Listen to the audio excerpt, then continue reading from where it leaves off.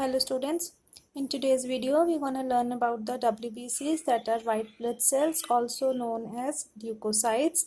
Well, quite contrast to the RBCs, they do have a nucleus but they do not contain the pigment hemoglobin.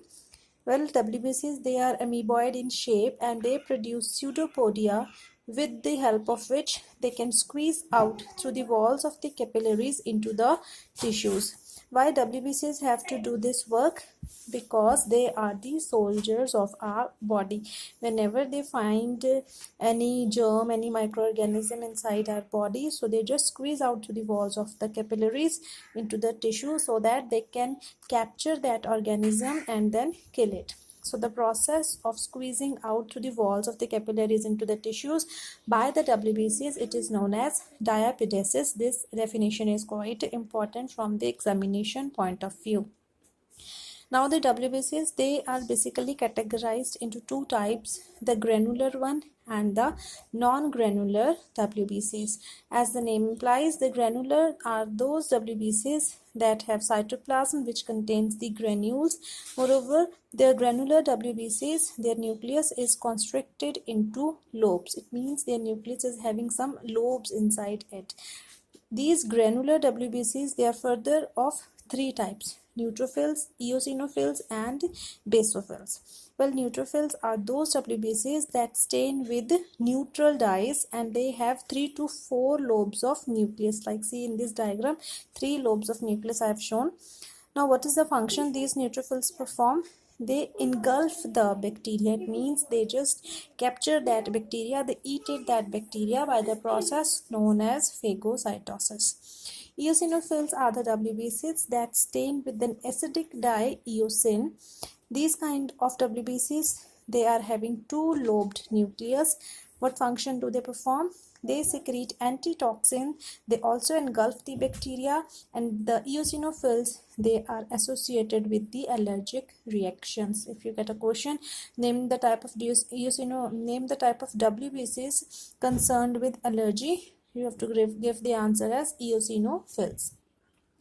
Then the basophils, they stain with the basic dye and their nucleus is indistinctly lobed. Number of lobes you can see in the nucleus. What function do they perform? They release a chemical known as histamine, which dilates the blood vessel and causes the inflammation. So these are about the granular WBCs. The non-granular WBCs, well, as its name implies, the cytoplasm of these WBCs is without granules and they have a single large nucleus, not the lobed one, but one single large nucleus. So the non-granular WBCs, they are also of two types, lymphocytes and monocytes. Now lymphocytes, they are the smallest of the WBCs and they have a single large nucleus inside it. What function do they perform? You have to remember it that lymphocytes are the WBCs that produce antibodies in your body. Monocytes, these are the WBCs of a non-granular type and they have a kidney-shaped large nucleus inside its cell. They transform into macrophages at the site of infection. Macrophages are the type of WBCs that have the capability to locate and then eat the foreign particle, foreign germ, virus, bacteria, or whatever it is. So their function is to ingest the germs. Now we talk about the functions of WBCs. First of all is the phagocytosis. Well, it is the process in which the WBCs, they engulf the particle-like substances, especially the bacteria. They locate them, then they eat it up so that the defense mechanism of the body keeps on working, because WBCs, they are the soldiers of the body. Second function of WBCs is the inflammation. Why this inflammation happens? Well, this is due to the reaction of tissues to some injury. When the tissues respond to some injury, what they do?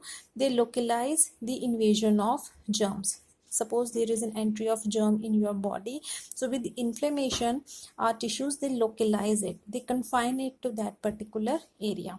After inflammation, some characteristics of that particular part is there is increased local heat. If you touch a pimple or some acne, so the heat there, it's quite more than the rest of the body. It appears red in color, it shows some swelling and also pain. Now the third function of WBCs is formation of antibodies. Well, WBCs, as we have just read in lymphocytes, they produce antibodies. So WBCs produce antibodies which either kill the germs or they either neutralize the poison secreted by those germs. So these are the three basic functions of WBCs.